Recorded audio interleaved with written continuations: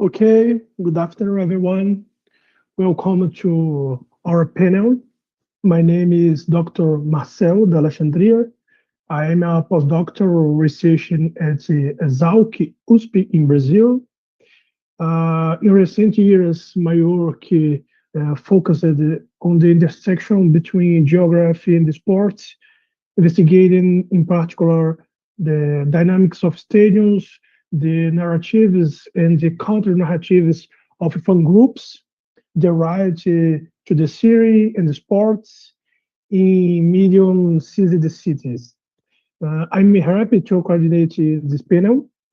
I remember my professor, Dr. Gilmar Mascarenhas, whose contribution to the geography of Brazil continue to be fundamental reference. Okay, the panel power access and the conflict in the production of sport space consider sports not merely as an isolated phenomenon, but as a field of the power. It's crucial to highlight the relevance of studying sport. This allows us to decode the social dynamics from the local to the global scale. Here, sport is interpreted as a territory of dispute, power, and the inevitable the conflict. Today, we will have six presentations. Each recession from we will have exactly 15 minutes for their presentation. Respecting everyone time, I will let you know and there are 2 minutes remaining. After all the presentation, we will open the floor for discussion. I'm encouraging to the written down your question for session. Okay. Now we begin our session with Hanyi, University of Manchester, Singular University. The title of the series: Sports Culture Space Production in the Qilian Mountain region. I studied to Lefebvre theory of the production of space. Hanyi, the floor is yours. Okay, thank you, Marcel. And a big thank you to all colleagues for organizing such amazing webinar. And good morning, good afternoon, good evening for everyone. And it's a pleasure to be here and share my research today. I'm Hanyi Li. Now I'm studying at the University of Manchester for MSc research method in human geography. And I'm also an incoming PhD student at Tsinghua University in sports sociology. So now let's make it start. And today's topic is sports cultural space production in the Qilian mountain region, a study through Lefebvre theory of the production of space. And first, why do we discuss sports cultural space? The sports cultural space is an important component of social space, which is shaped by people's everyday practices and activities. Therefore, when we mention sports cultural space, we should note the sports activities are connected to the economic, culture, and tourism, and this interaction reflects the spatial productivity of sports cultural space. So why we focus on the production of sports cultural space? This idea is inspired by two key studies. The first one is by the Vintage. I obviously can't play. I'm so sorry. Play. Oh, I think that's not for me. So, which argue these studies argue that since the 1990s, sports sociology has experienced a spatial turn, and it's also explained how theory of the production of space can be applied in sports sociology. And the second study by Evans and Norcliffe I figured you'd probably applies Lefebvre theory to analyze the social production of football space in Liverpool, which is very interesting study. And these key studies and other relevant research provide a foundation for my research, both in the theoretical and practical way. And obviously, all this study shows the theory quite relevant to the sports geography research, and also works really well. And actually, several colleagues also mentioned it in today's morning session. And so before we move to the discussion, let me introduce the research area, the Qilian mountain region. From this map, we can see that the Qilian mountain region is located in the northwestern of China, and it also formed the boundary between Qinghai province and the Gansu province as well. And geographically, this area is a transition zone between three major plateaus, and the west is a Tibetan plateau, and the north is Inner Mongolia Plateau, and also the east is a Loess Plateau.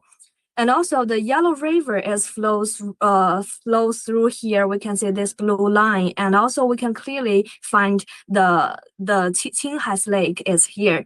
And so this location shows a remarkable geographical diversity of this region.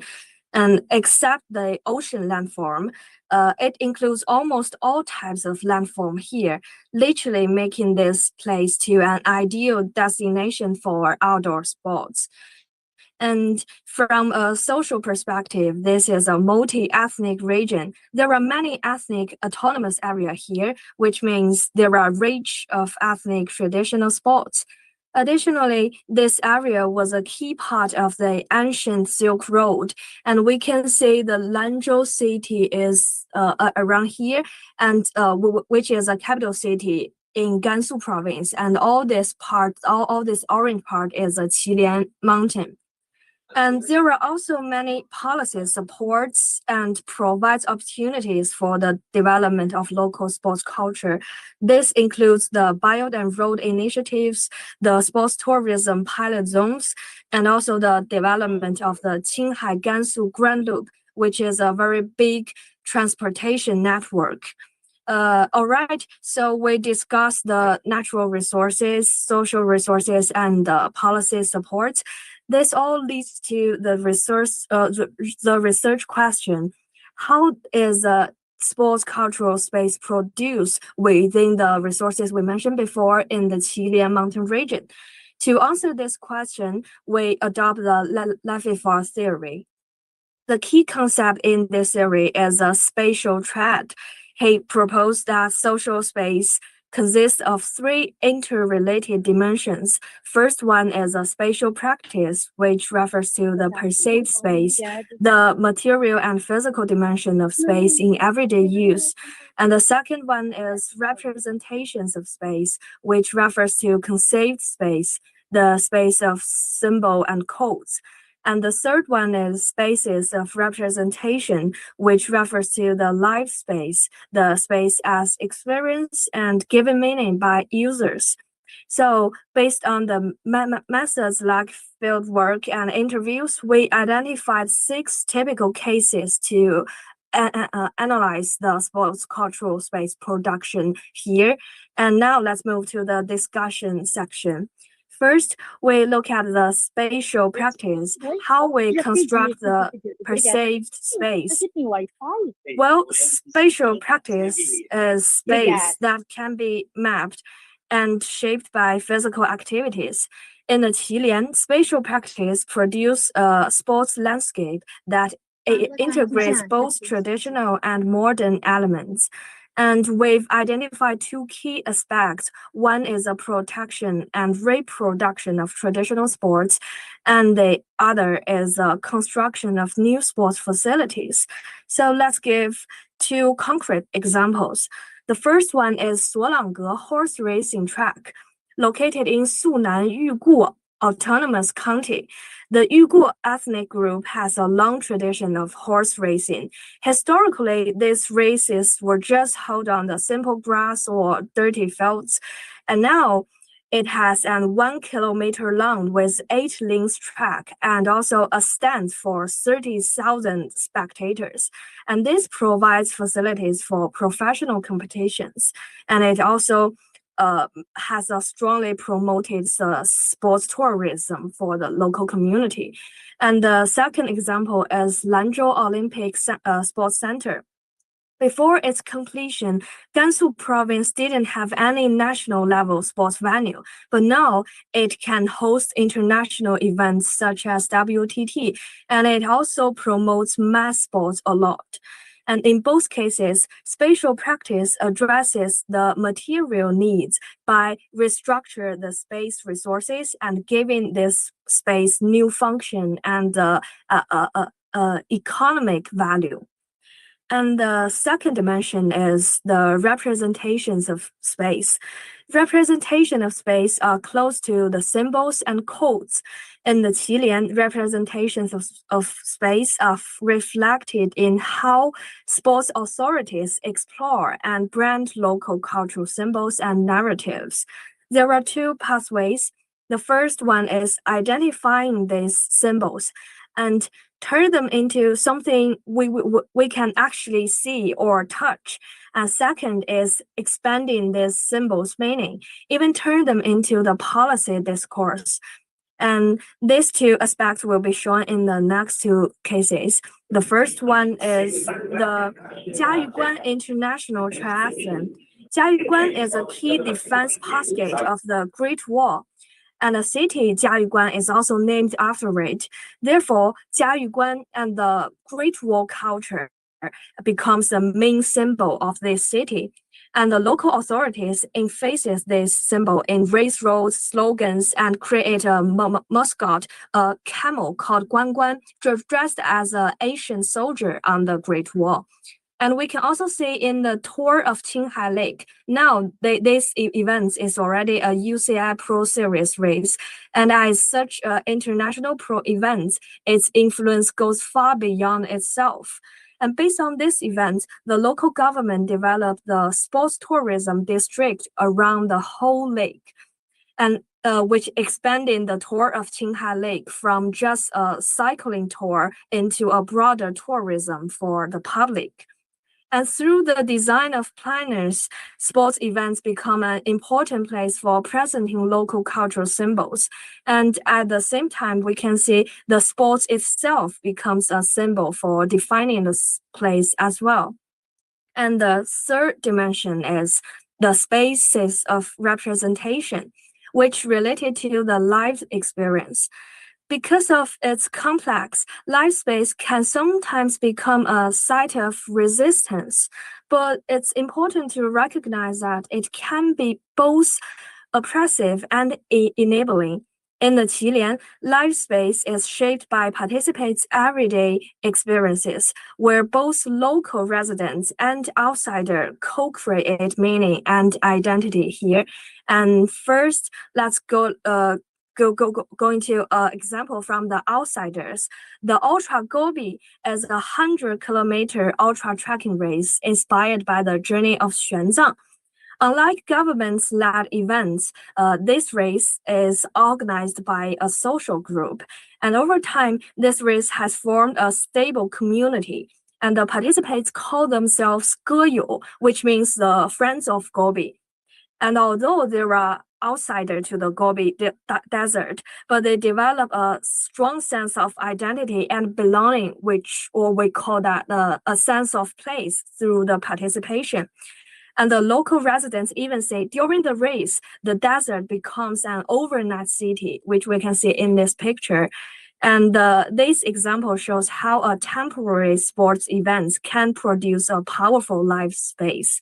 Another example is the self-organized horse racing festivals held by the local herders. Even though the government organizes the official events monthly, the herders still arrange their own races based on the traditional customs. They include like the camel races, or they keep to use the special pacing gates during the horse racing, horse ride. And it's a side-to-side styles, which really different from modern rules. And the last slide is to sum up. We can see that in the Qilian mountain region, sports transform physical space into a meaningful place.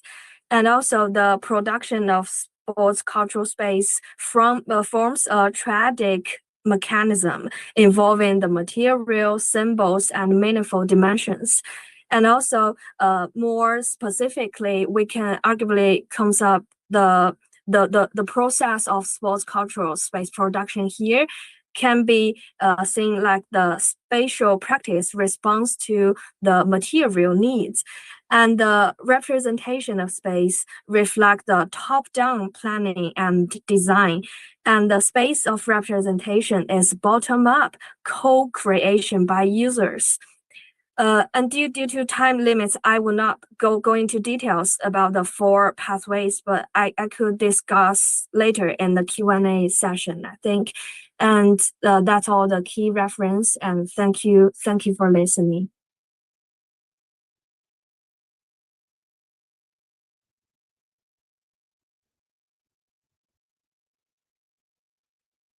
I'm sorry, Marcel. I think the microphone you have open.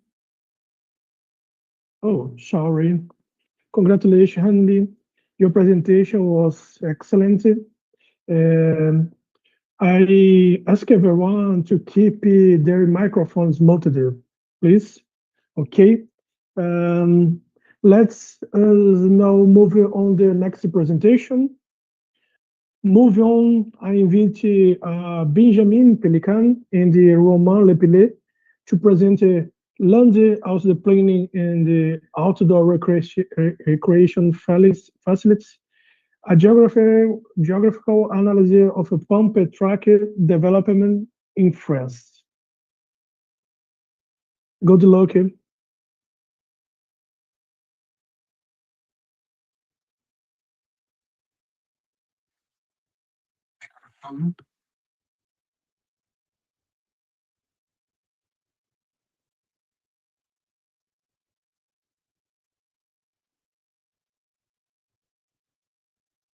Benjamin?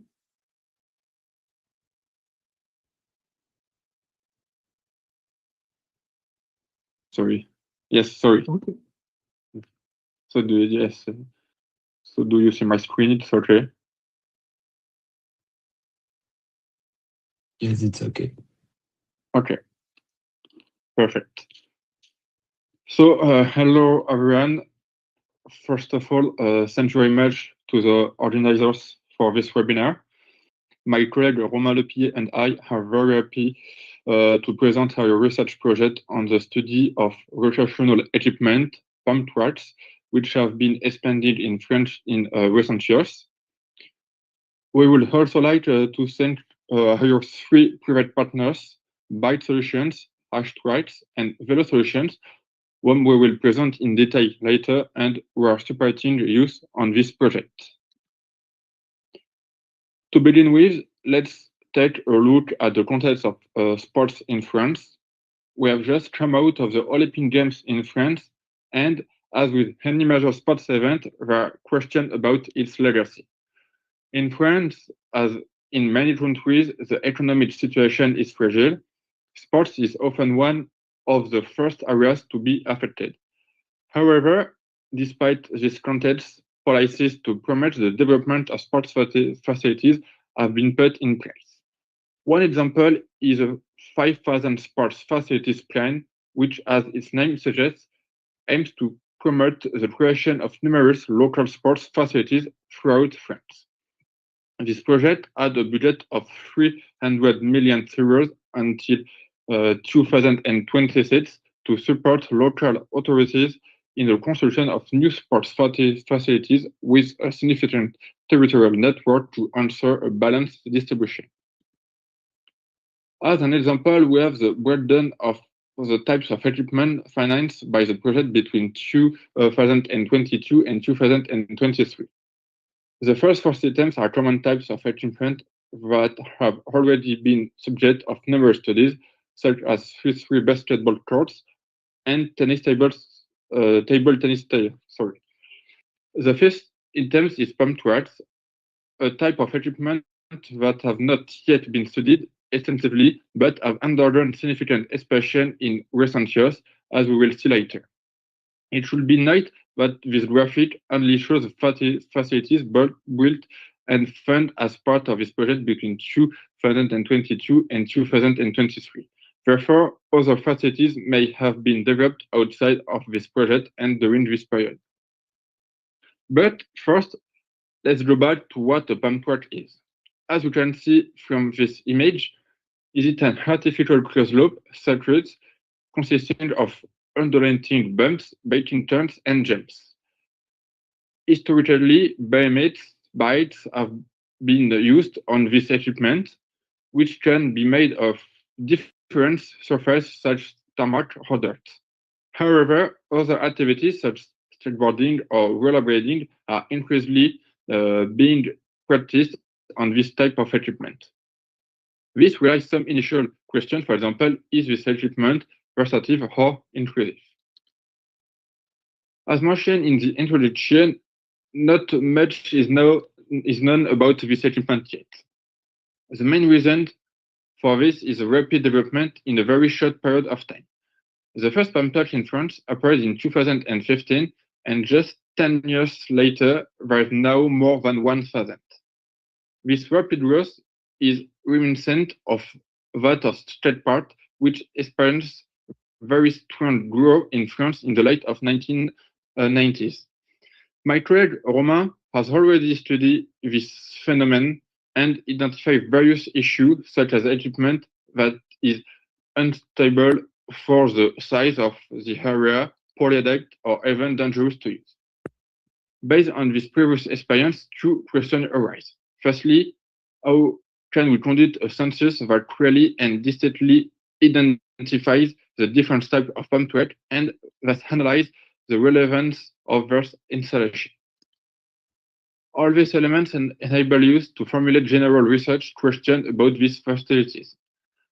Our research is guided by four main questions. What are these new facilities? What is the territorial logic behind these facilities? Who are they intended for? And what are their actual use? However, wanted to process step by step in order to fully understand this emerging phenomenon, your work initially focused on the first two questions, which are highlighted here. First, what are these new facilities? This involves identifying and characterizing pump tracks as a specific type of sports infrastructure. Second, what is the territorial logic behind these facilities? Here we examine the spatial distribution patterns, the municipal ownership structures, and the strategic choice that explain their implementation across different types of territories. These two questions form the foundation of our quantitative analysis and lay the groundwork for addressing the subsequent question about intended users and actual appropriations, which will be explained through qualitative fieldwork in the next phase of our research. Our theoretical framework is therefore based on strategy and thinking relating to regional planning. The idea is to understand the logic behind the location of these teams in different regions. Furthermore, the idea is to understand the logic behind territorial mediation between the various stakeholders, whether they to be manufacturers of this equipment, the local authorities investing in the installation of pump track in their areas, or even understanding how users use this and gaining a better understanding of how they can be adapted. This research project, therefore, consists of two key methodological stages. The first stage involves gaining a better understanding of these facilities through a nationwide survey across France with the aim of defining different types of facilities. This then leads you to a second stage, which will involve conducting a local analysis using ethnographic methodologies to gain a better understanding of the different practices associated with these facilities, the types of users present, etc. In this presentation, we will outline the first stage of this work, which is still being analyzed. To achieve this and answer the database is comprehensive as three possible. This work is being carried out carried out in collaboration with 3 major companies involved in the construction of pump tracks. These 3 partners were chosen because they are complementary positioning in French market.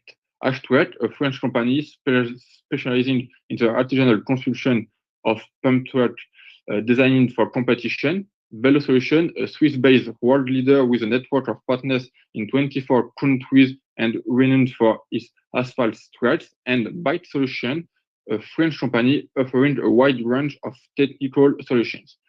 This triangulation of source ensures comprehensive coverage of the nation territory and limits bias linked to the sectoral specialization of each company. To date, we have identified 1,013 facilities in mainland France and its overseas territories. To conduct these typologies, our work is based on the use of 34 described variables, to name the one of which we present in the following slide. Thus, your different variables can be present in 4 categories, allowing you to already see difference between the types of pump tracks. From a technical point of view, we document several case parameters for these facilities. First, in terms of surface, we see 2 main strengths. Asphalt, which is still the standard option with proven long-term durability and modular structures, which have already emerged since 2023, and offer interesting flexibility in how spaces are designed. When it comes to connected equipments, the figures show some clear gaps. Only 24% of sets have lighting, which creates a real issue for seasonal accessibility. Toilets are available at fewer than 30% of sites, and that represent a concrete barrier to participation for many users. Finally, in terms of configuration, we found that beginner loops are present at around 70% of the sites, which indicates an inclusive intention, at least on the paper. Geographically,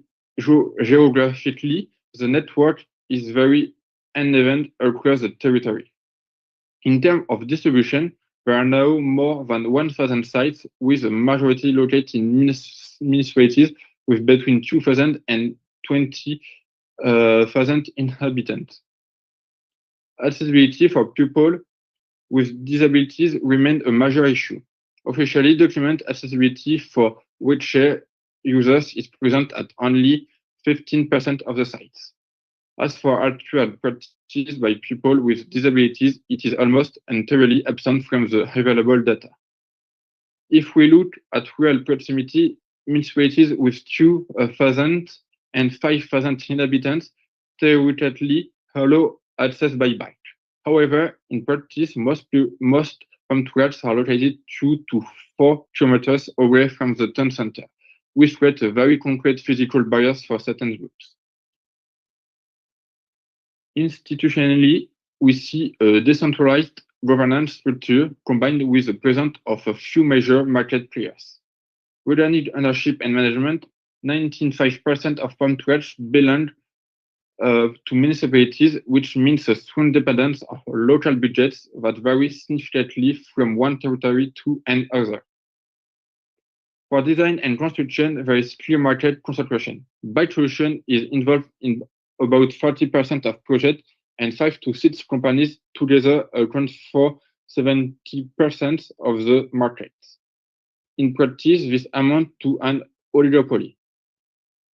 Financing is based on mixed model combining the National Sports Agency and local authorities, but the long-term economic sensibility of this model remains uncertain. In terms of integration, 3 out of 4 pump tracks are standalone facilities not embedded in a broader sports complex or a multi-sports environment. Over time, what we observe is very recent acceleration of the phenomenon. This timeline is quite clean before 2016, therefore only around 10 pioneer sites. In 2023 and 2024, we see a real boom with 200 to 300 new sites per year, spreading the momentum of Paris 2024 Olympic and Paralympic Games. Based on the database compared with our partners, we are able to map the location of palm trees across France. We observe that the spatial distribution of these facilities is not homogeneous. Some disparities can be explained by population density. In France, there is what we call the diagonals of openness, sparsely populated stretching from the north to the southwest of the country. In the Alp regions, the concentration of facilities in particular height likely linked to the mountain effect and the strong culture of box sports such as snowboarding. The second main result discussed here concerns the proportion of this type of equipment under municipal ownership and management. We observe that, like state parks, palm trees are predominantly owned or managed by municipalities, but it's really the municipal scale that prevails. The result is a significant number of small palm trees have remained on the communal level rather than a larger conversion scales. A typical feature of French strategy where a large share of sports facilities belong to municipalities. Benjamin, 2 minutes. Yes, it's okay. The third interesting result is that this equipment is primarily found in the medium-sized municipalities, illustrating a dialectical reversal of the center-periphery region. Indeed, 57% of palm trees are located in medium to large municipalities, while only 9% are found in large metropolis of over 20,000 inhabitants. Rural municipalities account for 24% of these estimations. From the map presented earlier, we saw that palm trees are being implemented across various territories through our qualitative analysis. However, the next phase of our work will shift toward a more in-depth qualitative analysis. For example, looking at the two photos on the left, we can see that these two palm trees are completely different in terms of size, construction quality, and design. Yet, on the map present previously, they are refined in the same way without any distinction. To conclude and look towards the future, analyzing palm trees is much more than just cataloging facilities. It's about decoding current land use, planning, strategy, and the relationship between public policy and actual social practice. Specifically, this approach enables three case themes: responding to the land use planning challenges by identifying where and how these facilities fit into cities and villages, gaining the real knowledge about users and their practice beyond market claims, and creating concrete synergies between public and private stakeholders for better designing projects. Above this analysis helps youth avoid past mistakes. It's science that informs policy. And here we can see stretching parallels with the stage parts, the same rapid growth dynamic, and the same for everyone promise, but the same gaps in inclusion and sustainability if we don't learn the lesson now. Thank you very much for your attention. We'll be very happy to answer any question you may have.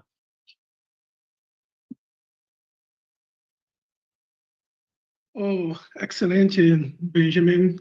Wonderful. I'm very happy with your presentation. From France and now to Brazil. Next, we move to the study between price and the access, stadium elitization, and the obstacles to producing data on ticket policy in Brazil football. I invite the research group, a large team, in that Irlan, Simões, Santos, Maíra, Tavares, Eustáquio de Oliveira, Nathalia, Maia, Terra de Faria, and João, Vitor, Sudaro. Good luck, group.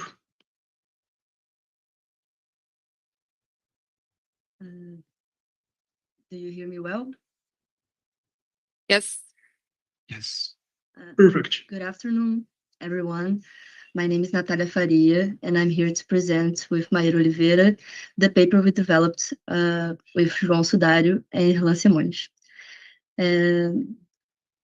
This paper is the result of the initial observations from the research project Custo de Torcer, which in English we can translate as the cost of supporting. In the case of our research, the cost of supporting a football club. This research is being developed at the Football Social Observatory, an initiative linked to the Laboratory for Media and Sports Studies at the State University of Rio de Janeiro. The project aims to produce data and reports from a socially critical perspective on the cost for Brazilian supporters to access stadiums, with an initial focus on the four most widely supported clubs in Rio de Janeiro: Fluminense, Flamengo, Vasco, and Botafogo. The choice of the clubs from Rio is due to the fact that we are based in the city of Rio and therefore have closer contact with the supporters' routine of attending stadiums in the city, as well as the structure of the stadiums they attend to. The purpose of the research is to generate data based on a consistent methodology and a critical perspective on the cost of attending stadiums for the supporters of each club. In doing so, we seek to provide everyone who works with and research football, and above all, the supporters themselves, an individual and comparative understanding of these costs. Going to the reasons behind the studies, when we talk about what motivated us to engage in this project, is the perception of a national and global trend, the elitization of football stadiums. In Brazil, this is closely linked to the modernization of stadium structures, which brought big changes to their internal organization and gradually priced out certain supporters. Ticket prices have been rising, especially after the renovation and construction of new stadiums for the 2014 World Cup to meet FIFA standards. These changes include replacing concrete bleachers with individual seats, reducing overall capacity, and trying to impose new rules on supporters' behavior. Someone put something in the chat that they are not listening. Are you guys listening to me? Yes, It's fine for me. That's good. Okay, so I'll go on. So these changes include replacing concrete bleachers with individual seats, as I was saying, and trying to impose new rules on supporters' behavior. Like, for example, some traditional ways of supporting the team, like standing during matches, lighting flares, or waving large flags, have been prohibited or restricted, even though those prohibitions and restrictions are more often an attempt of public and football authorities than something they can successfully impose. At the same time, these new stadiums started excluding parts of the urban population, especially lower-income supporters, due to higher ticket prices. The clubs justified these increases by pointing to higher maintenance costs and the need to generate revenue to stay competitive, in a context where football has become a big business. This raises important questions about accessibility, inclusion, and the democratic nature of football as a cultural and leisure activity. Attending matches is not just entertainment, it's a way for fans to exercise their rights to culture, sport, and leisure, guaranteed to Brazilians by the federal constitution. In Brazil, football matches, they are regulated by the Brazilian Football Confederation, CBF, and national legislation. CBF sets mostly operational standards, but also establishes some regulations regarding ticket sales, such as prohibiting the organization of matches without ticket sales and setting a minimal ticket prices that all clubs must comply with. Meanwhile, the 2023 General Sports Law, which incorporated the 2003 Supporter Statutes, mainly deals with regulations regarding safety and only protects fans as consumers, without ensuring democratic access to stadiums or freedom in how the supporters choose to engage in supporting. So there's a tension here. On one side, the rights and interests of supporters, and on the other, the interests of the club managers, among others, focus only on financial gain. In this sense, the stadiums reflect a microcosm of social reproduction in the capitalist city and the struggles that come with it. So, given this context, What is the importance of producing data on ticket policies in Brazilian football? The relevance of our research lies in the fact that while many studies point to rising ticket prices and the elitization of stadiums, there is a clear lack of consolidated data on pricing policies. The few existing surveys are scattered, usually conducted by financial consultancies or journalists, and they rely on the so-called average ticket price. The average ticket price is a simple arithmetic calculation, the total revenue from a match divided by the total attendance. However, this measure is of limited use when trying to understand the actual costs faced by supporters. It creates distortion because it doesn't account for higher price sections, promotional tickets, half-price tickets, or the cost of supporters' membership programs, which are commonly used today for accessing stadiums in Brazil. In other words, the average ticket price doesn't provide a clear picture of different situations supporters face, and it prevents deeper analysis and doesn't allow us to understand the real financial challenges of attending games. I will now pass the presentation to Maíra, who will focus on the challenges we identified and possible solutions in our research. Thank you, Nachi. So regarding the challenges that we face in this research, the first one will be the lack of public and organized data. Brazilian football moves a lot of money and has huge social importance, but there is no transparency and proper public database that allow us to really understand ticket pricing structures or how much clubs actually earn from the tickets. And then the second challenge would be that there is no consistency of official documents. So, for example, reports published by the Brazilian Football Confederation provides only small information. So they don't really show the different types of access used by supporters, which means that they don't show full price tickets, the exactly discount that people might be getting, and even the membership access. So they also don't specify how much revenue comes from each category of membership, which means that we don't really know who is paying what and under which conditions of memberships. And then the third challenge will be comparability, which means that it's very difficult to compare clubs because they operate under very different structures. So that means that we have major differences in membership programs and pricing models, also stadium capacity and sector divisions, and competitive context during the season. So ticket prices, they change depending on the performance, the opponent, and the stage of the competition. So that means that pricing is very dynamic and it's not something fixed. And all of these makes very hard to build a standard metric that reflects the real cost of attending matches from a social perspective. But even though we have these challenges, it's still very necessary and it's possible to really have a comparison. So in order to being able to have this comparison, we focus on clubs with large fan bases and regular participation in national competitions. So that gives us a more stable basis for comparison. And we analyze the experience of a specific type of supporter. So that means that we study the regular fan, who is someone that attends matches consistently throughout the season. And by doing this, we can have a better measurement regarding accessibility from a real life perspective. So we think that methodological solutions are not enough. So we also argue for institutional changes. So first, we defend clearer regulations for financial match reports. So that means that clubs should be required to disclose detailed information about ticket sales and the revenue collected from each access category of the memberships. We also propose creating a national public database or maybe a collaborative research network to centralize this data. So we would have greater transparency and that would improve public debate about ticket pricing and supporters' rights. So in the end, we believe that our research is not only about measuring prices of the tickets, but it's also about contributing to a broader discussion on inequality, access, the right to the city, and also understanding that staging is a space where social conflicts and urban dynamics become very visible for society. And yeah, thank you.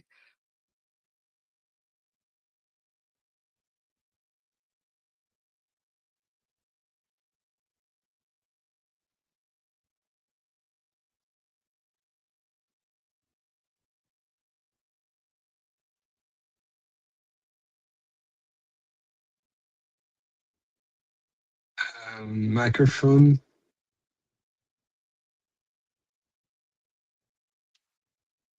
Oh, sorry. Thank you very much, Maíra and Raquel. It's a great studying stadium is one of my great passion. I now invite Dr. Catherine Waite, University of Northampton, to present. It's not our glamorous, the realities and the impacts of being the international sport migrant. Dr. Catherine. Hello there. Are you seeing my screen? Yes. Yes, lovely. Okay. Good morning, good afternoon, good evening, everybody. I'm really grateful to be here with you today and sharing some findings from a piece of research that I did started off doing for my PhD around about 10 years ago now, but is a project that I've kind of kept up with in terms of keeping an eye on what's going on, looked at the impacts that COVID has had in terms of international sports migration practices, and what has kind of happened since COVID, whether things have changed or whether they've kind of broadly stayed the same. So I want to tell you a little bit about the kind of background sort of geographical approach that I've taken to my research, talk to you a little bit about my case study, and then I'm going to give you some kind of findings from that case study, and then think about kind of the broader impacts that we'll have on a kind of global scale and more broadly across sport. So that's the plan for the next kind of 15 minutes or so.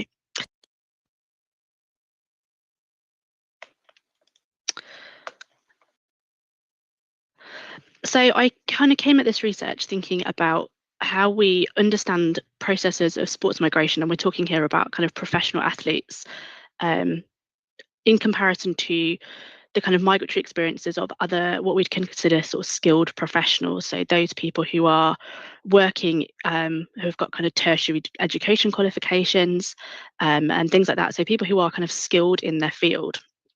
And what we kind of see from the sort of geographical literature is that career development is often kind of cited as a motive for undertaking international migration in a variety of ways. And the type of migration that seemed particularly kind of relevant for my research was thinking about international secondments of people who work in sort of transnational firms who will spend a short period of time, sometimes a few months, sometimes a few years, working overseas as part of a career progression within that company. And that's seen as quite normalized within that kind of process of global talent production. And I think we can kind of, and we know that within sport, that's exactly the same sort of process, that to reach the top of a career in sport and professional sport, you're probably looking at some sort of international experience on a global scale. And that obviously falls alongside kind of broader sort of globalization in processes in sport, but also kind of in business practices more broadly. And that's because there is this recognition growing that the acquisition and development of skills and knowledge isn't spatially bounded, and you can acquire different skills in different locations. That's particularly important in sport, and it's also true in other kind of occupations, that if you have a tacit skill that needs to be developed by physical presence, you're going to have that international migration experience. So one of the reasons that kind of my findings from my research are still really relevant in the sort of post-COVID world is that we're talking about skill development and skill progression that requires a physical presence. So it's not something that's been able to be replaced by remote kind of development and remote processes. And this is where perhaps sport kind of takes a slightly different approach to thinking about international migration to other industries. So when people are moving, often within firms, so within those transnational firms or sometimes between firms, these industries really recognise that they're making an investment in the migrant worker. So people are kind of really well prepared for that process. They're really well supported by their companies. Sophie Cranston, for instance, on her work on trans migrants in Singapore, talked about the idea of culture shock. So the idea of going from like a very kind of European context, for instance, to somewhere like Singapore, where the culture is very different, and helping to kind of support migrants through that process of settling in, and to overcome issues that are surrounded by culture shock to help migration be a success ultimately. And yet actually that's something that we don't really talk about in a sports context. If we think about, particularly in football, the amount of money that is invested in international player transfers, the amount of money that goes into that, we don't ever really think about much beyond whether that player is going to be a success on the field and what would make a player a success on the field. And that's ultimately what it's all about. So like I said, I'm going to draw on some findings from my PhD research, which was on professional cricket. For those of you who are less familiar with cricket, I'm going to tell you a little bit about this migration in just a moment. But then think about what the learning from that can be for kind of sports more broadly. So my case study is the temporary migration of English professional cricketers going to Australia. It's a migration flow in cricket that is traceable back to at least 1975. And this is obviously the point at which kind of technology and flights meant that you could do kind of short-term migrations between the two countries and different hemispheres of the world. And essentially what happens is that players or professional players regularly undertake seasonal migrations between the UK and going to Australia. So the English cricket season lasts roughly from April to September. And then the Australian cricket season runs from October to March. So it's possible to kind of have a career all year round that is in England for 6 months of the year and Australia for 6 months of the year. And back in the 1970s, this was a migration that players undertook because the professionalisation of the sport meant that you were only employed as a professional player for 6 months in the UK. So if you wanted to be an all year round player, you had to look overseas for employment opportunities. As we've kind of progressed through time and come into the sort of 21st century, professional cricket players are employed all year round by counties in England. So the kind of teams in England, they employ them all year round. So they then use the temporary migration to Australia more as a development opportunity and an opportunity to continue playing cricket all year round. And we've really got to a point now where, because this has been kind of so entrenched in cricket now for sort of 40 years, that it's considered like a rite of passage. It's something that you do as part of your career and becoming a professional player in England. So just to give you a little bit of context, this is one of the county teams in England, Surrey, and they've mapped out for this year where the number of their players who are spending time in Australia during the 25-26 winter. And you can see that this is a really significant number of their players. You can see what really interesting on here, that there are both male players and female players. So when I was doing my research, my initial PhD research 10 years ago, this was only something that men would have done because that was the only way you could be a professional in England. There wasn't opportunities for professional female cricketers. That's now not the case in a UK context. So some of these girls are employed all year round as professional cricket players, and as a consequence of that, they are kind of replicating the same sort of pathway that men have always traditionally been involved in. But in terms of the data that I'm going to draw on for the next 5 minutes or so, it is interview data from players, sort of, like I say, 10 years ago. And you can see the kind of dates of when people migrated, the number of people that I interviewed, and they were both players, which is the top table, but also kind of stakeholders. So directors or managers of teams, people who work for governing bodies, agents who are involved in the process. And then I also spoke to a few people who were at the kind of receiving end in Australia as well. Where we've drawn on kind of contemporary stuff, it's sort of media interviews from this winter. But you can see how essentially the process is still the same 10 years down the line. So let's have a look at some of this data and some of these key things that I think determine whether or not migrations are or can be a success. So these quotes are about kind of the role of the family, because I think we often kind of tend to assume that migration is a very individual experience, particularly in a sports context, but actually there are family that we really need to be aware of. So the first quote here says that is about a young man who was in his mid-20s. He spent 6 months in Melbourne, and he took his fiancée and his 6-month-old daughter at the time. So he was talking about the fact that whilst he was away, he was with his daughter, and that was fantastic for him and his partner. It meant that the sort of grandparents of the little girl didn't spend their first Christmas together. So it's not only family who migrate that are part of those people who are influenced by the migration, but also family that are left behind.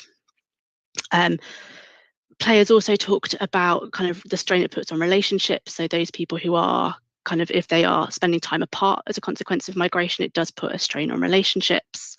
But also the kind of long-term impact that it has in terms of the final quote at the bottom that talks about if you're married, if you have children, if you have a mortgage, it's really hard just to kind of disappear. Just even if that's in the best interest of your career, that has an impact on those people left behind. I think it's also easy to forget that professional athletes kind of have a personal identity as well. So players talked about being homesick, and that's something we don't often talk about. So as you can see, the title for this presentation comes from this first quote here that says, "I've had some downtime when I've been away." It's not all glamorous. That people see this idea of spending 6 months in Australia as being an incredible opportunity, really glamorous, but actually it's not that at all. It's very kind of isolating, being away from home and family and your home team. So again, that second quote kind of echoes those ideas. It wasn't about being at home per se that they were missing. They just wanted to be back to that kind of place of familiarity. And again, that final quote echoes that as well, that missed being around the home team, being away, missing being with that same group of people all the time. And I think we forget that, again, if we think about international football transfers, that people are leaving a team behind when they disappear through a transfer, and they have to embed themselves into a new environment, as well as maintaining relationships perhaps with people they've left behind. I mentioned that isolation is a really key issue here. So again, a couple of really simple quotes here about kind of, it gets very lonely sometimes being that migrant if you're the international player. People think about the location and where people are kind of set up once they're overseas, because often in the case of professional transfers, the hosting team are required to sort of put you up in accommodation. And that can often be quite isolating if you're in a flat in a new place by yourself. It's difficult to kind of embed yourself and develop new relationships.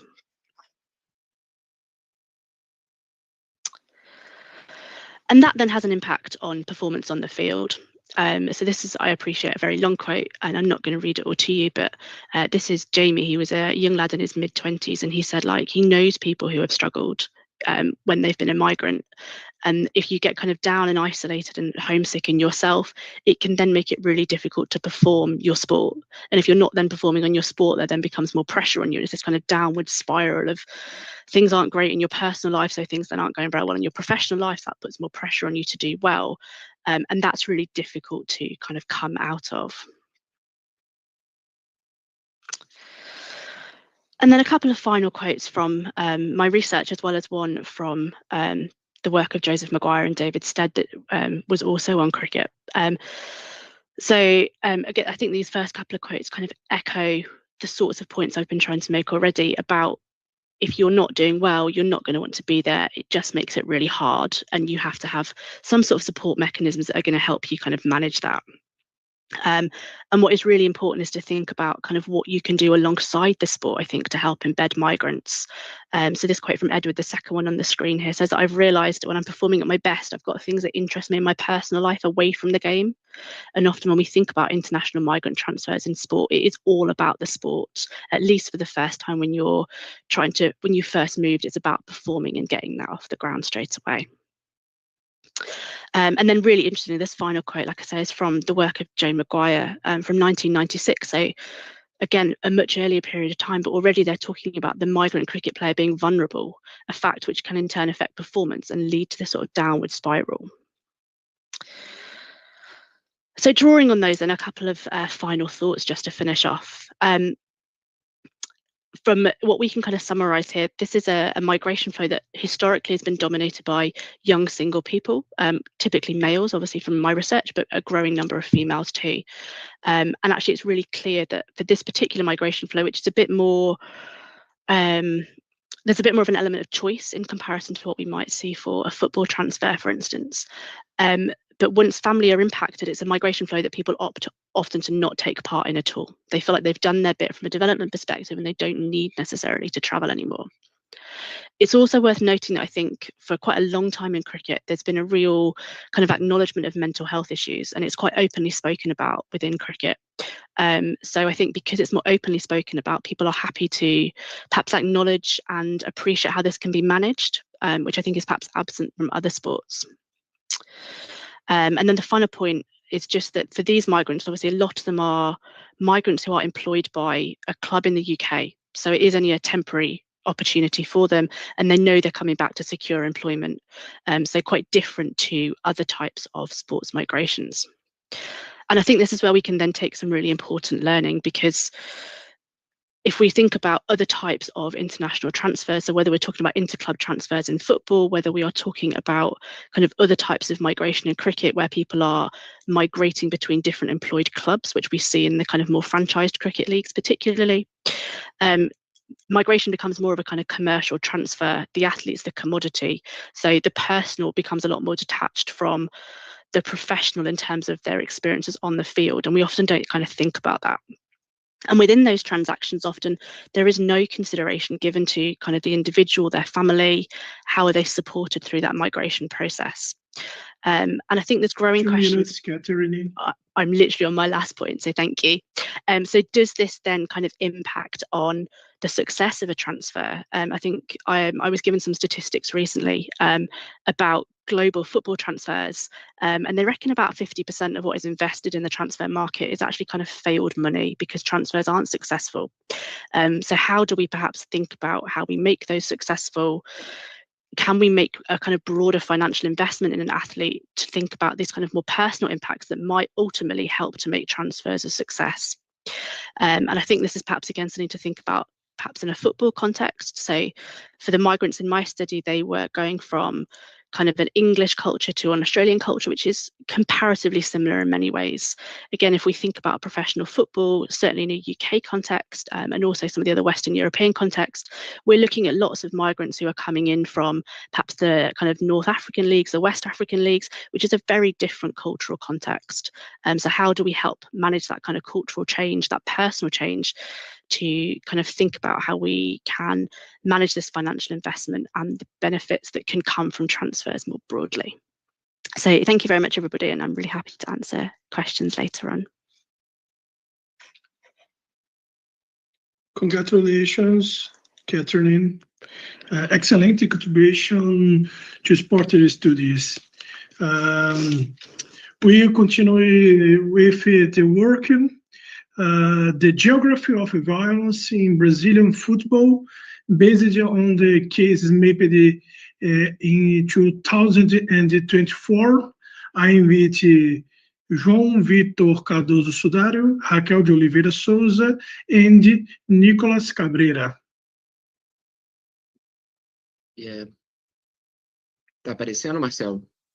Sim. Show. Perfeitamente, só precisa aumentar. Sim.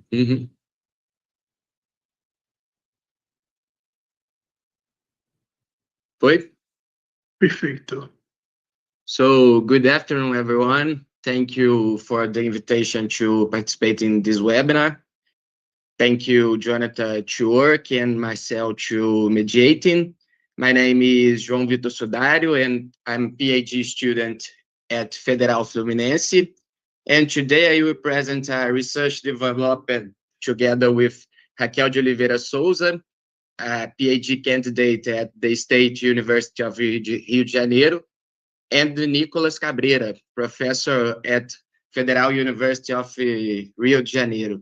Our presentation is called The Geography of Violence in Brazilian Football, based on cases mapped in 2024. In this presentation, I will show how we map and analyze violent events related to football supporters in Brazil, and how geography can help us understand where and why these conflicts happen.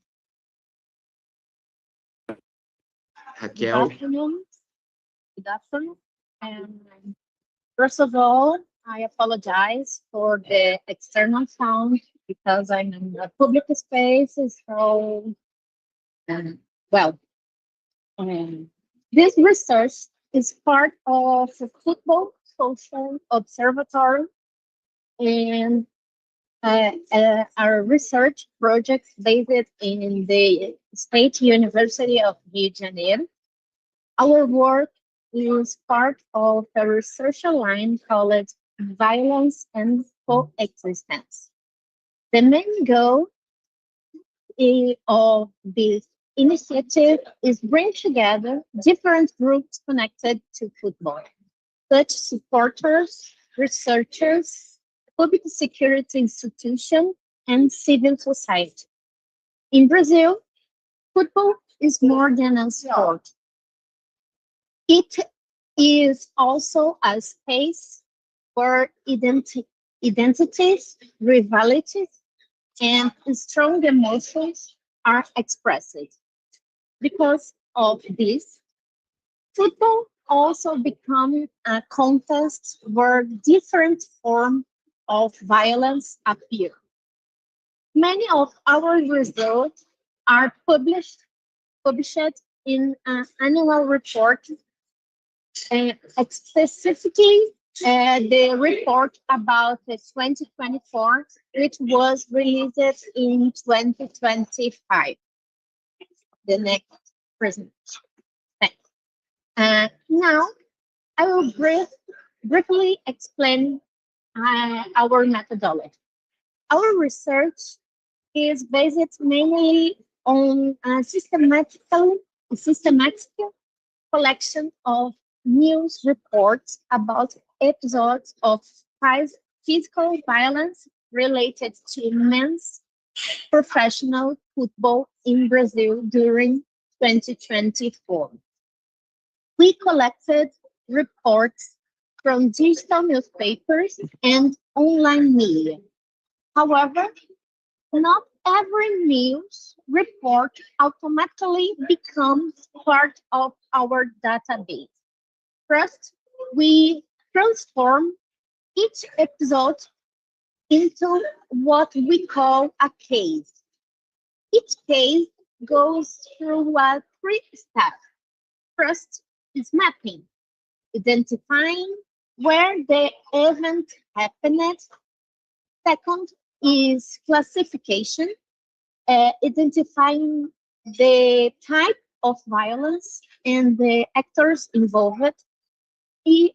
Third is quantification, organizing the data so we can analyze it statistically. We also compare how these events appear in a digital newspaper and a social media. Well, in this presentation, in this slide shows the total number of cases recorded in 2023 and 2024. As we can see, the number of mapped cases increased between these 2 years. This does not necessarily mean that violence itself increased in the same proportion. It may also reflect greater media visibility or improvements in our monitoring system. Still, the data shows that violence connected to football continues to be an important social issue in Brazil. So here we can see the distribution of cases across Brazilian states. And from a geography perspective, violence related to football is not evenly distributed across the country. It tends to concentrate in large urban regions where football rivals are stronger and where organized supporters groups are more present. And mapping this case helps us identify regional patterns and areas where conflicts are more frequent. And now we talk about the actors involved in 2024. This slide shows the actors involved, and the majority of cases, about 50%, involve support from different clubs fighting each other. The second most common situation involved conflict between supporters and security force.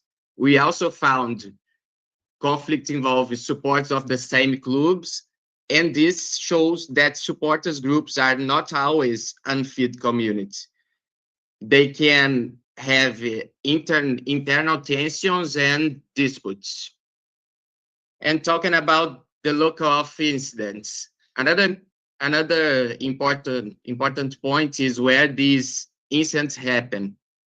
Many people think that football violence happens mainly inside stadiums, but our data showing something different. And the most incidents actually happen outside stadiums, especially in the surrounding areas. Some events also happen far from the stadium, sometimes hours before or after matches. This suggests that football violence is part of broader urban dynamics, not the only something that happens during the match itself. Now we talk about the number of deaths in 2023 and 24. This slide, even if the numbers change from one year to another, this death remind us that these issues is very serious, and these events have social consequence for family, community, and for the public perception of football culture. And now the concluding considerations. To finish, I would like to highlight a few directions for future researches all over in Brazil. First, we need more localization studies to understand the specific dynamics of violence in each city or state in Brazil. Second, it's important to combine quantitative data with qualitative methods such as interviews and fieldworks. Another interesting theoretical approach is gift theory, especially ideas related to reciprocity, honor, and so-called Bedouin syndrome. This concept may help explain the complex relationship of friendship and rivalry between supporters group. Finally, we also need to analyze the role of security force and understand how supports experience and public policies implemented in stadiums. And thank you much for your attention. If you are interested in this research, you can also contact us in the emails in the presentation or follow our work in social media. Thank you. It's that. Okay. Congratulations, João. Listen to you is always wonderful. Thank you so much, Raquel. You are great. Finally, to conclude our cycle of presentation, I invite Marcos Luiz Gomes Marcel, USP, to present the grand chessboard of international football. Marcos.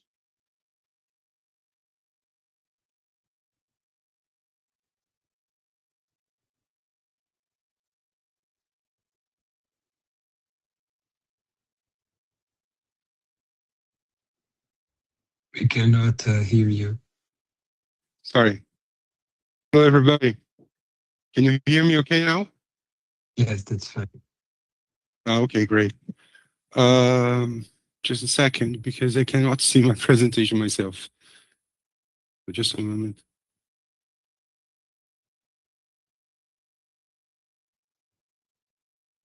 There you go. Okay, sorry. So my name is Marcos. I'm a PhD student at University of São Paulo, but I'm from Rio. So this is not my main research. This is an excerpt from my research, but it's a kind of thesis that I've been developing. My research is basically about representations of Brazil and the Brasilidade, you know, the quality of things Brazilian in from the English press during the World Cup only. So it's a very restrained corpus that I need to collect for my research. Then I'll be translating a selection of those texts and check what Brazilians think about them, you know, in order to place Brazil in the international political scenario. Okay, so this is the structure of my presentation.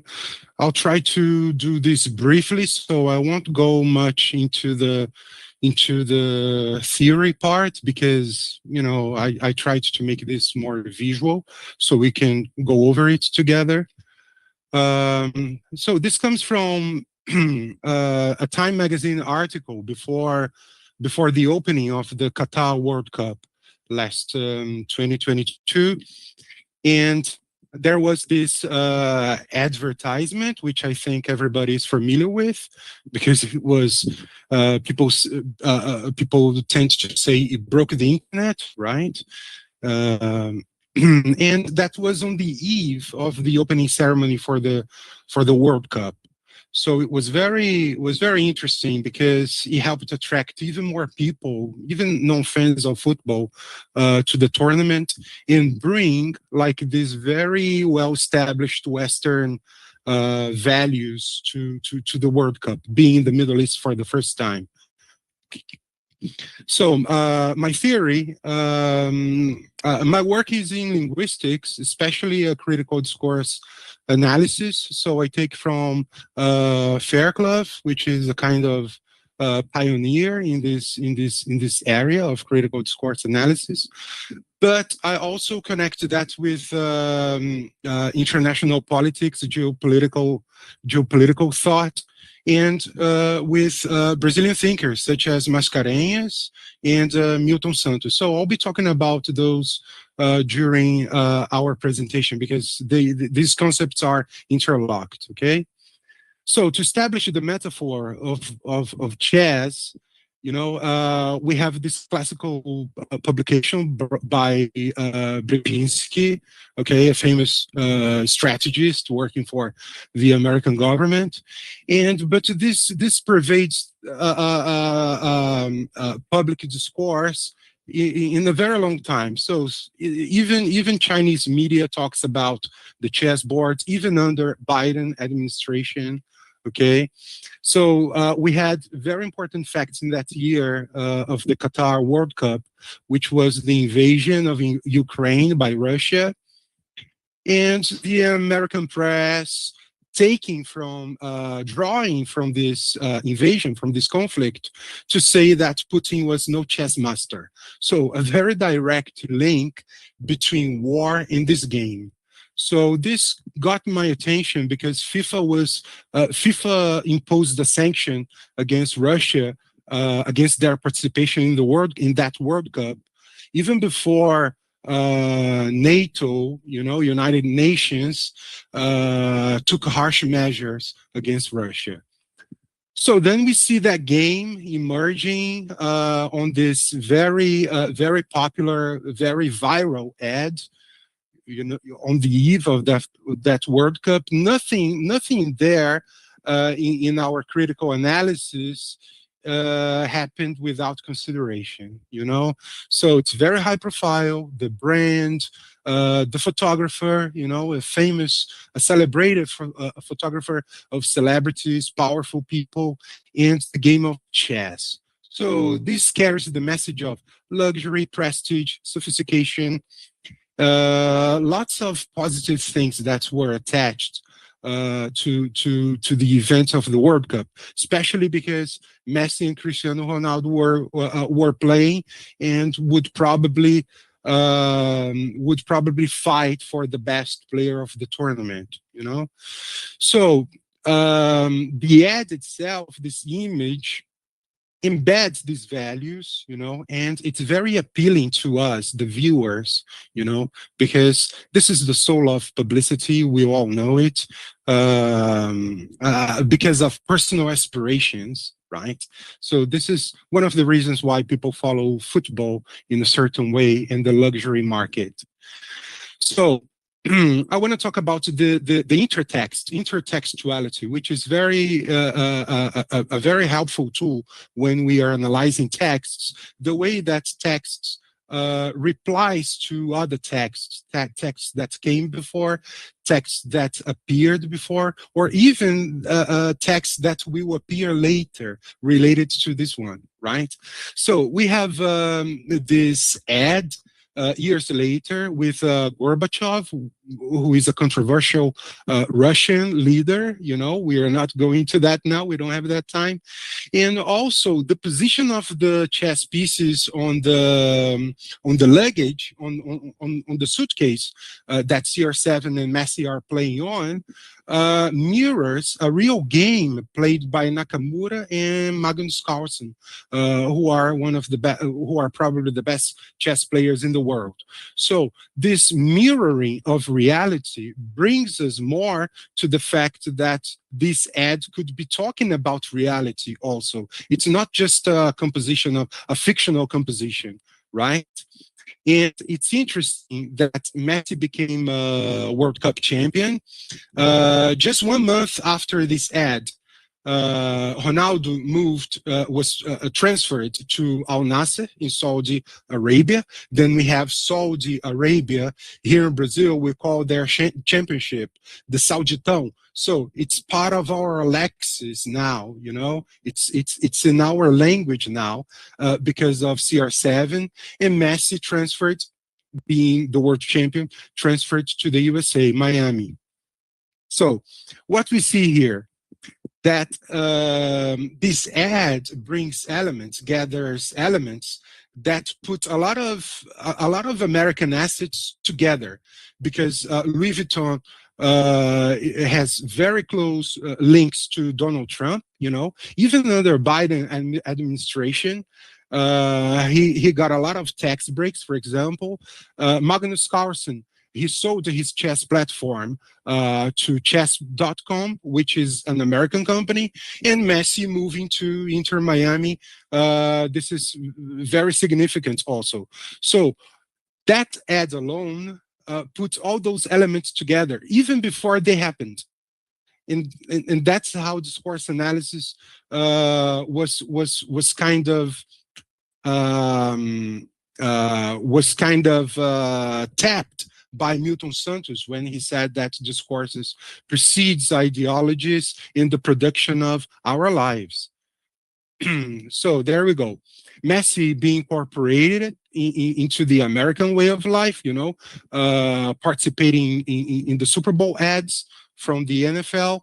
And now I'd like to go to the macro situation, because we have this very polarized world of football, you know, between Europe in red and South America as World Cup champions. But here comes Messi and CR7 being removed from Europe and going to you know, kind of opposites, you know, kind of the same latitudes, and that reflects the partnership that the U.S. government, even under Biden, the ties they have to government in the Middle East and the conflicts that's happening now there. So it reflects also the presence of American military base and the deployment of troops. We can see that Saudi Arabia is very strong, and the United States, we don't have to talk about it. It's needless to say, that's the center of the operation. So Cristiano Ronaldo moves there, kind of translating this hard power, this military presence into a cultural artifact, you know, which the World Cup embodies. And it's a very sensitive area because, you know, China's ambition to expand, you know, this commercial cooperative drive from China, which is facing a lot of obstacles there. And also that same article by Time magazine mentioned China's ambitions to host the World Cup. Maybe 2030, maybe 2034. That article is from 22. And China, since 2011, has a kind of official plan to host the event, but this is not happening so soon because in an unprecedented announcement on the same day with the World Cups to 2030 and 2034 were announced on the same day. This never happened in the history of the World Cups, like announcing the host country on a single day, you know, in a very on a very suspicious way.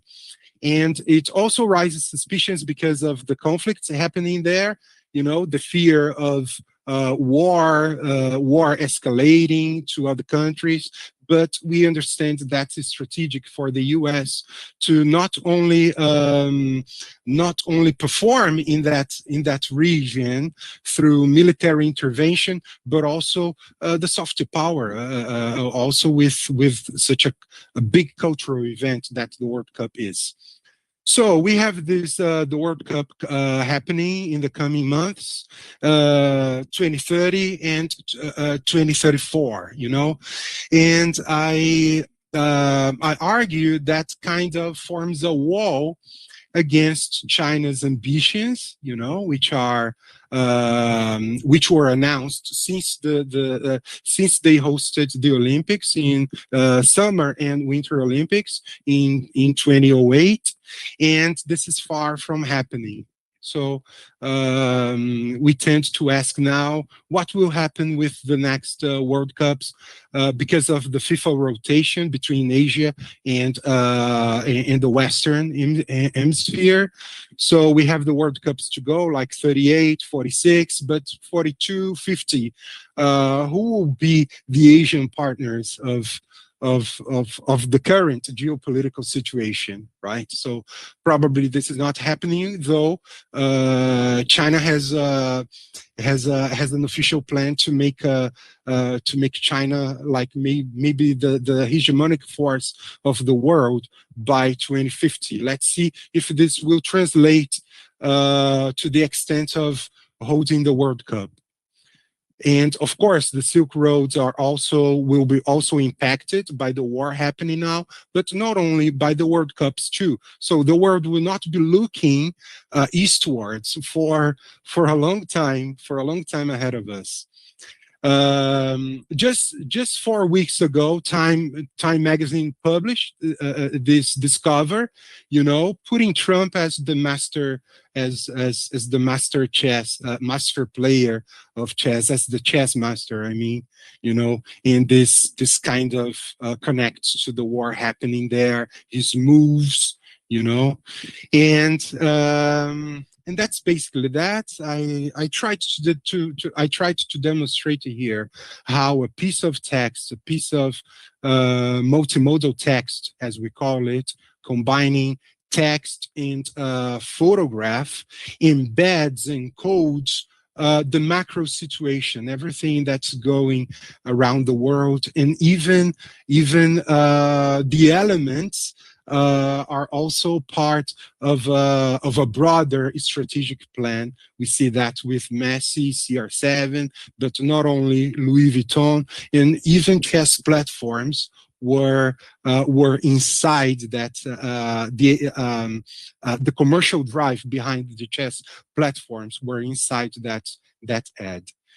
it's basically that, everyone. I hope I haven't extrapolated my time. Thank you. Oh, that's okay, Marcos. Congratulations. Your study is very timely and important. What's a fascinating series of presentation. We have covered a vast landscape today, from the symbolic production of cultural space in China to the territorial planning of a facility in France, from the changeling of a stadium elitization on the transparency in Brazil football, and to the woman realities of sports migration, the geography of violence in the geopolitical chess of the FIFA World Cup. The study are vital to the field as they take to the subject of common sense and place it into a rigorous debate regarding urban policy and the social justice. We now open the floor of questions. We will limit this session to a maximum of 5 questions. Please introduce yourself briefly before asking. I ask our speakers to be conscious in their response, so that we can cover as many points as possible. Who would you like to open the debate? Thank you, Marcel. Well, I'm Jonathan, and I would like to make some questions to Hanyi. First of all, about the next pathways that you mentioned, that you want to follow in the next steps. So what is your next steps? Because I think you have no time to speak more about it. It's the same time I would like to ask for Benjamin about the honors, the public-private relations. If you could clarify a little bit more about this relation and in how this can impact the constructions of this pump track. And it is just a few comments about it. It's like how this sport is well connected with mountain regions in France. So it's very interesting, this fact. And other question, it's for Nathalia and Maíra about the challenges that you mentioned it in the presentation, because that I know have some prices that some clubs lower the prices to keep the supporters going to the stadiums. So you mentioned that some law in the CBF obligated to a minimum price, right? So how this can be managed by clubs, or there's no correlations between the prices that CBF put, like the minimum price for the tickets, and how the clubs manage when there will be some promotion to decrease the price. Other questions to João and Raquel. The number of the deaths between 2023 and 2024 decrease, and why decrease this data between 1 year and another? And yes, if you can comment generally about it, and that's it. Thank you so much. Oh, Jonathan, I have a question. Okay, and look between. I have a question, Catherine. Catherine, do you think your research could also be extended to the migrant fund. I'm referring to the role of sport as an emotion bonded to mitigate the pain of immigrants. These immigrants is my part of my study in Brazil. I have a question, João and Raquel. João and Raquel, what is the role of the media is creating narratives that criminalize supporter groups and consequently is fostering conflicts driven by rivalries between fans? And Luca? Hello, everyone. Yeah. Hello. My name is Luca. I'm from University of São Paulo, from the Department of Sociology. And I'd like to make a question to, what's her name? It's Hanyi about the tourism element in that place in China that I don't remember the name. I think it's Qilian, something like that. And my question is like, for me, it's interesting how it shows how tourism, sport tourism, resignify the space. But what comes to my mind is how this kind of tourism exploitation in this kind of region, in this kind of environment, wouldn't produce, with this economical pressure that this kind of activity brings, wouldn't produce some kind of problem to the environment in general of the region. There's going to be I think, to be discussed in your research. And I have a second question that's is to João and Raquel about the violence of football fans.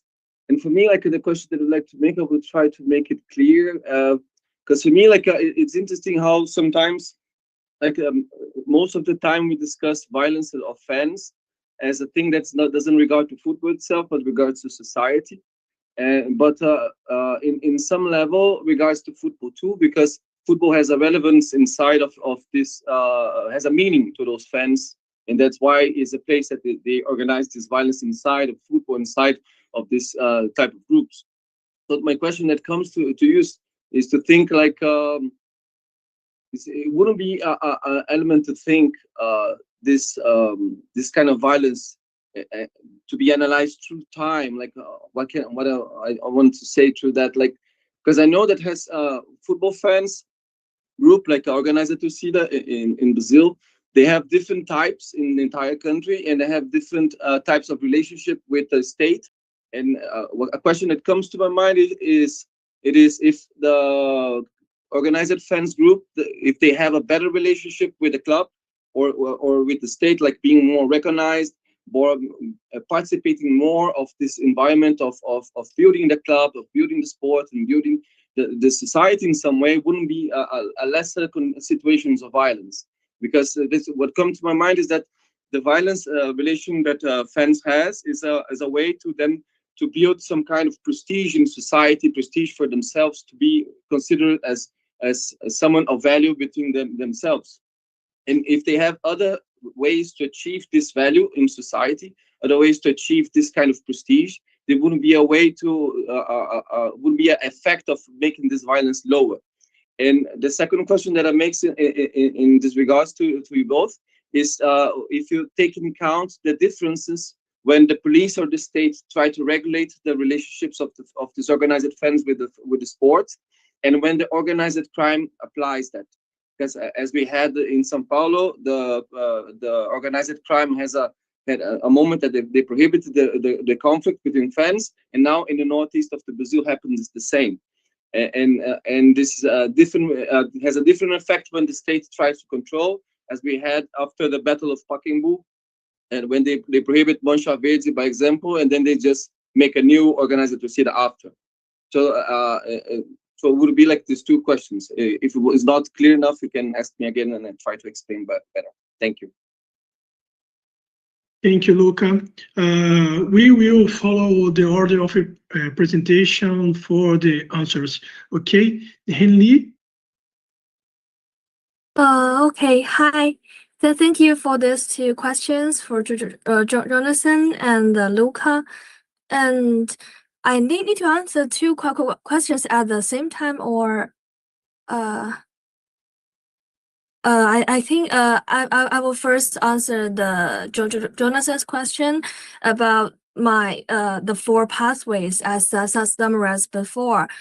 And the first pathway is enhancing spatial efficiencies, which means making better using for the existing spatial resources. And for example, we can unstructured we can focus on the unstructured natural landscapes and to transform that into a sports and tourism destinations, which improve the land use efficiency. And the second pathway is activity in the local culture, refers to integrating the traditional ethnic cultural elements into the sports events. For example, as a Great Wall Marathon series, and these sports make we all know the Great Wall is very long wall, and they make the series events to expanding the meanings, and more cities could join in is a really good way to try the third pathway, which is promoting the polycentric regional development, and which means to connecting multiple cities and towns through the sports events and infrastructure. And the fourth pathway is encouraging multi-actor participation, because as we said before, the sports culture, the space production is really close to our experiences, and there are multi-actors to join and make all the social space more complex. And therefore, it's very important. There is very important collaboration among the governments and local communities, and also other sports participants, whenever they are outsider or the inhabitant.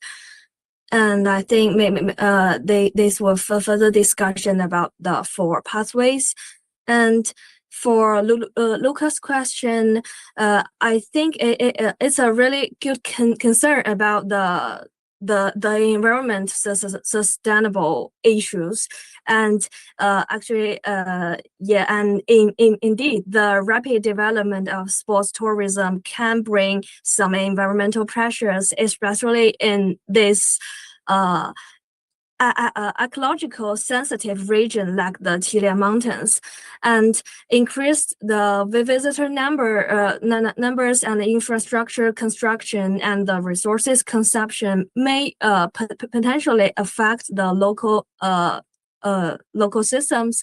And at the same time, it's also important to know that some sports activity here, such as the local horse racing festivals, have been held for a long time and can continue every year, and they can generate stable economic benefits, which is also something that the local governments really welcomes. And however, in the Qilian Mountain region, the environmental limits clearly exist. And during our field observations, we can see parts of the region are now within the Qilian Mountain National Park. There are some key zones, especially the water source protection areas, are strictly forbid with the tourism to development here, and this means tourism and event-related development cannot expand without any constraints. And so I think in my view, the key issue is not whether sports tourism should exist, but how it can be managed in a sustainable way, and balancing economic benefits with ecological protection and working with these environmental boundaries. And I hope this could answer the questions. Okay, thank you. Perfect, Hanyi. Next, Benjamin, the Romain. Yes. Thank you very much, Jonathan, for your question. Firstly, regarding to the public-private relationship, which is quite specific in France, city often have a budget to build facilities, but they do not have the technical expertise, so they call on private companies to build them. However, it is often the city that owns and therefore has to manage these facilities. This can raise questions in terms of management knowledge of the facilities, but also the choice of type of facilities, and sometimes the facilities are poorly designed in relation to the population's needs, and also in the relation to the mountainous areas. It is also a facility that can be used even when there is no snow. So from a geographical point of view, this is why town located in these areas invest more in this type of facility. And sometimes many palm trees are built near this area where the companies that create them are located. So the aim of our work is to deepen our understandings of city strategies for installing this equipment, but also how it is used by users. It's okay for my answer for you, yeah.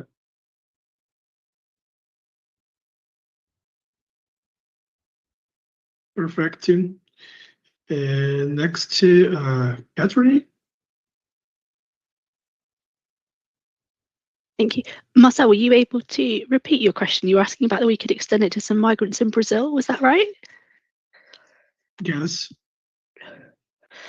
So I think a lot of the kind of findings that I found were applicable right across the kind of board for skilled migrants. And I think it's equally true for lots of other types of migrants, that we often focus very much on the kind of economics and the transactional stuff, but actually forget about the personal. So one of the reasons I was revisiting this work was because somebody had approached me to do some work specifically about football and whether we can use kind of like AI and social media to look at kind of players and personal lives and that kind of thing. So to try to understand more about the identity of a migrant to help make their kind of acculturation and their settling in period more successful. So yeah, I absolutely think this is stuff that's applicable across the board. We could look at that kind of intercultural communication and all those kind of issues as well.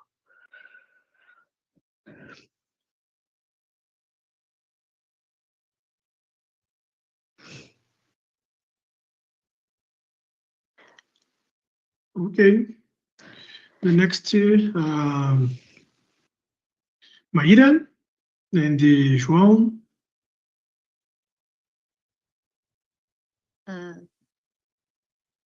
Hello, Jonathan. What I understand of your question is that when we have like the minimum price CBF established for the tickets, and what happens when the clubs want to do a promotion that go under this price, right? Okay, so CBF established the minimum ticket price in 40 reais today, and the half ticket in 20 reais. So what happens when the clubs sell tickets with a lower price than it is that in the official document of the match that goes with the economic data, there is a rule of the CBF that determines that they have to put the price of these tickets as they were sold at the minimum at the half ticket price. So the document, that official document, doesn't there's not the true price the club sell the ticket. He can sell the ticket, but when it goes to the official documents, it has to be at least 20 reais. And this impacts on the cost of the club because there is taxes and federation tax that also are calculated in the base of the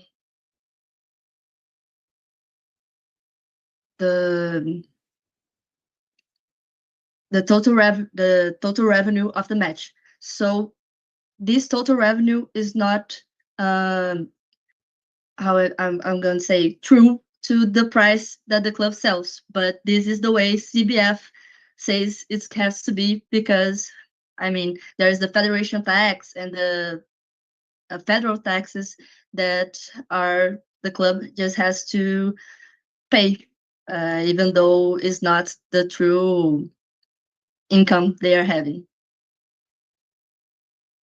Okay, that's it. Perfect, Nathalia. And the next, João and Raquel.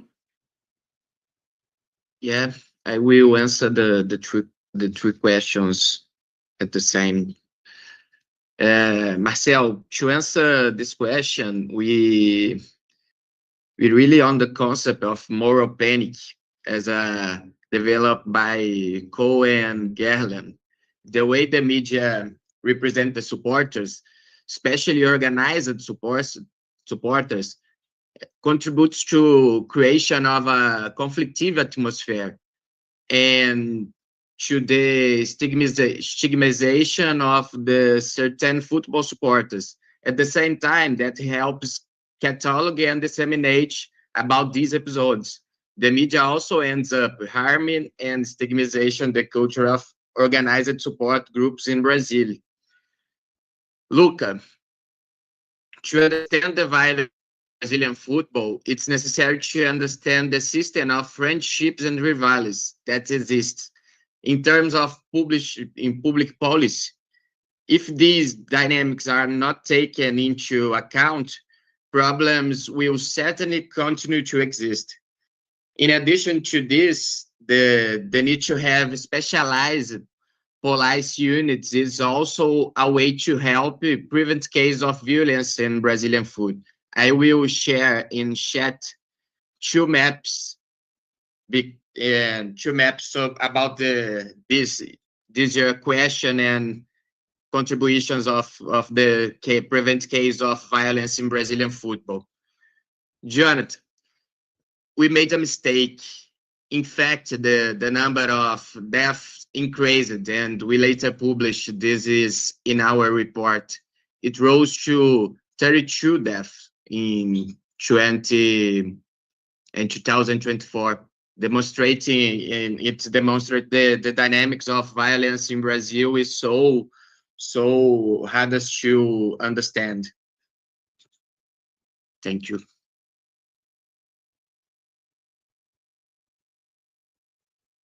Perfect. Ask for Marcos. Oh no. Does anyone have any more question? Or 2, 3 question? Just a comment to Nathalia. Okay. So this value is not true. So how you do your research in terms of this is impact your research, because if it's not a true value, so what do you do? So this usually happens with the memberships programs, right? So we know what are the discounts the membership programs gives in each category.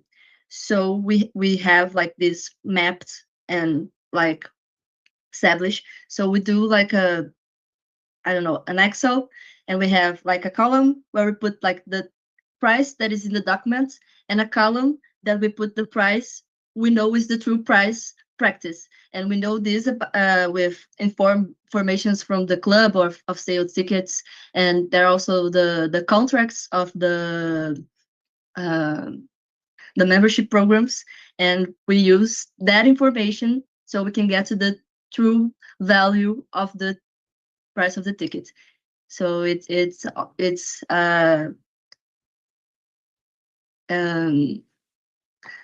a challenge that we face, but we can manage with these informations that they are all like not centralized as they could be, but of CBF, and that's what they do.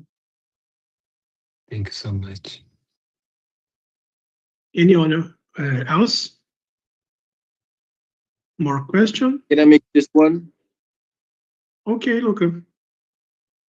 Coming back to João, because I think like I have a question that wasn't answered, and I would like to know that if your data wouldn't be interesting to be looked inside of a more specific historical context, in thinking about like the changes of conflict regarding economical changes, political changes of the Brazilian society, by example, or thinking even like the structuration of neoliberalism, the difference between like the empowerment, how can I say, the empowerment of Brazilian society, of the specific cities or regions of Brazil, to think about a potential relation between economical changes and political transformations of the country and the intensification of violence in between friends.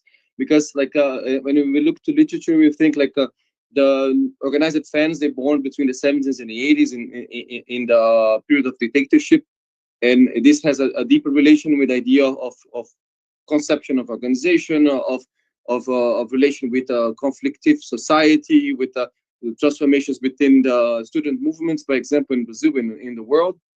So that's why I'm thinking, I'm trying to ask you if you in your research with your data, if you aim to work with this type of analysis.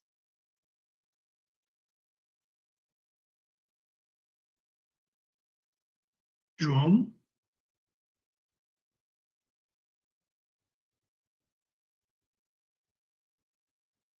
Luca, I'm sorry. Can you repeat, please? Okay. My question goes to coming back to the one that I made before. Is if you take in count in your research when you analyze your data, if you look through the transformations of the data of the violence through time in specific historical context and the transformations of Brazilian society or even the regions itself, taking in account, for example, regarding the origins of the organized fans that we know today in Brazil, that how they born within the dictatorship in Brazil between the 70s and the 80s, and as a matter of expression of organization and of a way to deal with the authoritarian regime, authoritarian relationships that is part of the Brazilian social structure, by example. So like for me, I'm asking if you take into account the new liberal transformations of the country, if the empowerment of Brazilian society, or even more of regions, specifically speaking, of the unemployment situations, of some kind of different data that are correlated with the ones that you're looking to, this amplification of the violence or some kind of low moments of the violence, that will be that.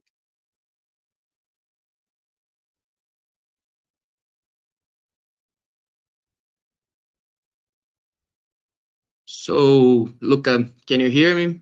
Yeah. The next step of our research should depend as you told the analysis of these regional difference, and which are directly related in Brazil's territorial formation, because the clubs and the supporters are directly with the territorial formation. And the next step in our research, probably we are analyzing that. And I don't know if I understood your question, but in the next moment we talk about and talk about all this question.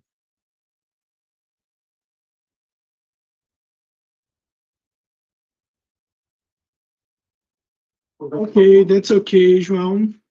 It's wonderful.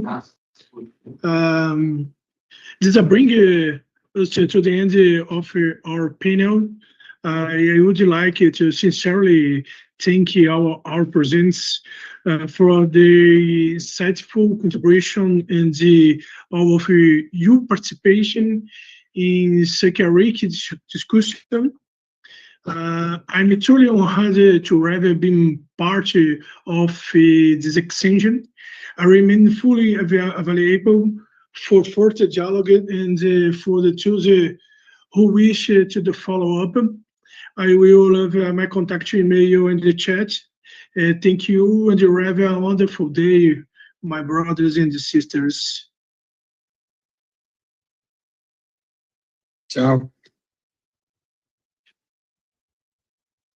Bye-bye. See you. Bye-bye. Thank you. Bye-bye. Bye-bye. Thank you. Bye, everyone.